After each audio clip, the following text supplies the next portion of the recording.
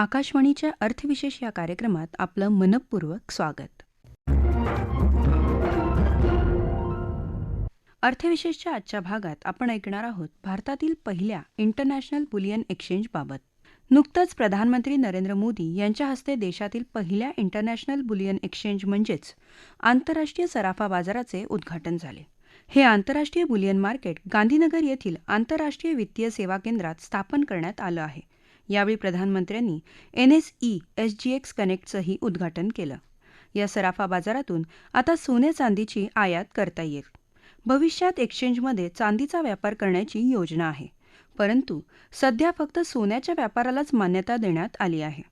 सराफा व्यापारासाठी हा पारदर्शक प्लॅटफॉर्म असेल. हे एक्सचेंज सोने आयातीसाठी मोठे प्रवेशद्वार ठरू शकेल आणि भारत त्यातून जागतिक सराफा बाजाराशी जोडला जाईल. देशात सराफा आयातीचा नवा मार्ग आता खुला झाला आहे. अर्थात डॉलरच्या तुलनेत रुपयाच्या कमजोरीमुळेही सोन्याच्या किमती कमी जास्त होऊ शकतील, पण IIBXद्वारे सोन्याची आयातसुद्धा स्वस्त होण्याची शक्यता आहे. गुणवत्तेसह किंमत आणि पारदर्शकतेची हमी ही सराफा व्यापाऱ्यांना मिळू शकेल. तसंच जागतिक दागिन्यांच्या बाजारपेठेत भारताचे स्थान मजबूत होईल. भारत आता सिंगापूर, ब्रिटन, अमेरिका यासारख्या देशांच्या पंक्तीत सामील झाला आहे आणि भारताचा समावेश सोन्याची किंमत ठरवू शकणाऱ्या देशांच्या यादीत झाला आहे. त्याचाही फायदा बाजाराला मिळू शकेल. याविषयी अधिक माहिती देताना अर्थतज्ज्ञ उदय तारदाळकर म्हणाले, गुजरातमधल्या गांधीनगर येथे इंटरनॅशनल बुलियन एक्सचेंज म्हणजे अर्थातच सोने आणि चांदी यासारख्या मौल्यवान धातूंची जी बाजारपेठ असते त्याचं उद्घाटन गिफ्ट सिटीमध्ये माननीय पंतप्रधान श्री मोदीजी यांनी केलं. हा जर प्रोजेक्ट बघितला तर एक स्वप्नपूर्ती म्हणता येईल, कारण गुजरातमध्ये ह्या धर्तीवरती भारतामध्ये एक जागतिक वित्त क्षेत्रातली व्यापारपेठ असावी असे प्रयत्न होते आणि अर्थातच त्या दृष्टीने हे महत्त्वाचं पाऊल आहे. आपल्याला माहिती आहे की ह्या ठिकाणी जे आपण सोनं आणि चांदीचा जर विचार केला तर सोन्याचं जे एकूणच कन्झम्पशन आहे त्याच्यामध्ये भारताचा दुसरा क्रमांक लागतो. एकेकाळी भारतातून म्हणतात की सोन्याचा भाव ठरायचा आणि त्या दृष्टीने मला वाटतं ही पावलं उचलली गेली आहेत आणि सर्वच बाबतीत जे आंतरराष्ट्रीय मानकं असतात त्या मानकाप्रमाणे ह्या इंटरनॅशनल बुलियन एक्सचेंजमधून सगळे व्यवहार करता येणार आहेत. हे व्यवहार करत असताना अजून एक गोष्ट जी घडली त्याच्यामागे थोडा इतिहास आहे.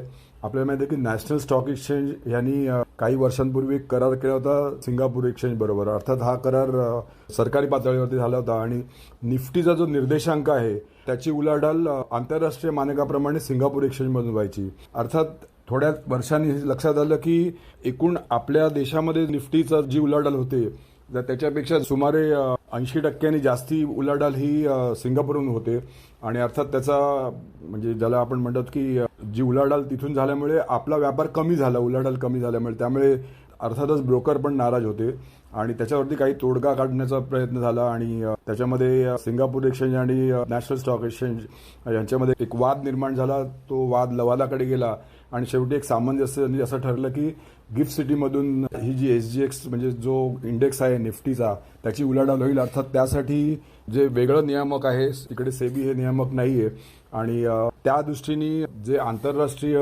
म्हणजे मार्केटमध्ये जे प्लेयर्स आहेत त्यांना त्या तिकडचे जे KYC नॉर्म्स म्हणा वगैरे हे तिकडून त्यांना फॉलो करता येतील आणि अर्थातच ही सगळी उलाढाल डॉलरमध्ये होणार आहे आणि त्या दृष्टीने बऱ्याच परदेशी संस्था या सिंगापूरमधून करत होत्या कारण त्यांना भारतातून हे करायचं नव्हतं आणि मला वाटतं हा एक वादही संपला आणि सन्मानिय तडजोड झाली. हे पण एक चांगलं आहे आणि आपण बघितलं की लंडन असून दे, सिंगापूर असून दे, दुबई असून दे, अमेरिका असून दे, अशा वेगवेगळ्या ठिकाणची जी एक्सचेंजेस आहेत ती आंतरराष्ट्रीय बाजार पूर्णपणे आपल्याकडे त्याचा ओढा आणण्याचा प्रयत्न करतात आणि तशीच फॅसिलिटी इकडे व्हावी या दृष्टीने जे प्रयत्न होते ते गुजरातमधले ते सफल झाले असं म्हणण्यास काहीच हरकत नाही आणि त्या दृष्टीने मला वाटतं एक एक जी पावलं उचलली जात आहेत. आता बरेचसे बाजारातले जे ब्रोकर्स आहेत ते पण तिथून आपला व्यवहार करतील. बऱ्याच बँकांनी आपला व्यवहार तिथे नेला आहे आणि महत्त्वाचं म्हणजे ह्या सगळ्या सिटीसाठी एक मोठं 200 करोड उभारून एक मोठी वास्तू उभारली जाणार आहे जेणेकरून सर्व आंतरराष्ट्रीय जी फॅसिलिटी असतात त्या सगळ्या ज्यांना मार्केट पार्टिसिपंट म्हणतो त्यांना मिळू शकतील. आणि एकूण हा एक असं म्हटलं पाहिजे की एक दूरदृष्टीने केलेलं ते पाऊल उचललं होतं. अर्थात त्या सगळ्या काळामध्ये बरीच वर्ष गेली हे मूर्त स्वरूपात आणायला, पण तरीसुद्धा बुलियन एक्सचेंजमुळे पुन्हा एकदा सोन्याचा भाव हा भारतातून निश्चित होऊ शकतो जागतिक बाजारपेठेसाठी.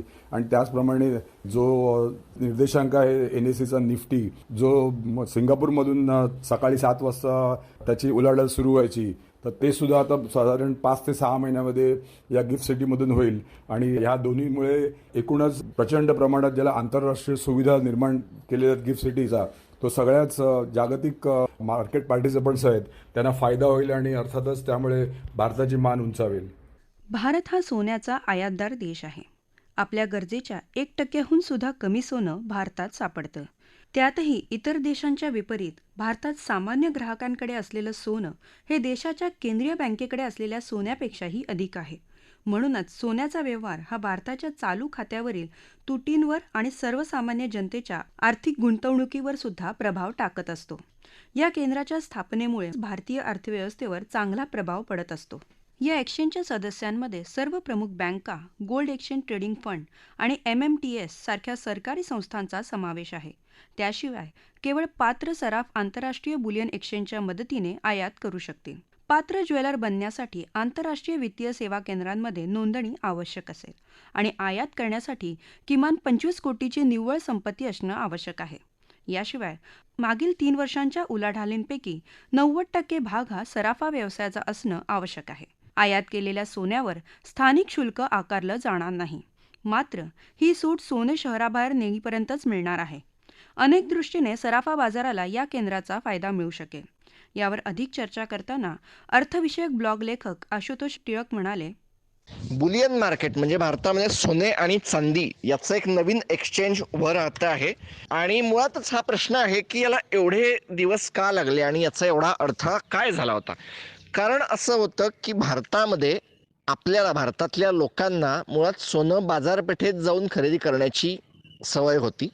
सोन्याकडे ॲज अ हेज म्हणून बघण्याची सवय अजूनही मार्केटमध्ये नाही. एक उदाहरण म्हणून सांगतो की म्युच्युअल फंडामध्ये देखील सोनं खरेदी करता येते आणि ती भविष्यामध्ये मला त्याची फिजिकल डिलिव्हरी देखील घेता येते.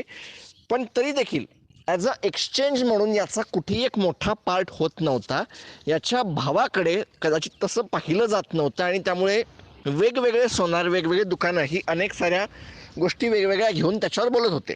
या बाबतीमध्ये भारतामध्ये एक सुसूत्रता नव्हती किंवा एकच एक प्राईस असा नव्हता, पण त्याची प्रोसेस मात्र सुरू झाली होती. कारण MCX हा त्या दृष्टीने जाणारा एक खूप मोठा प्रयत्न घडला होता.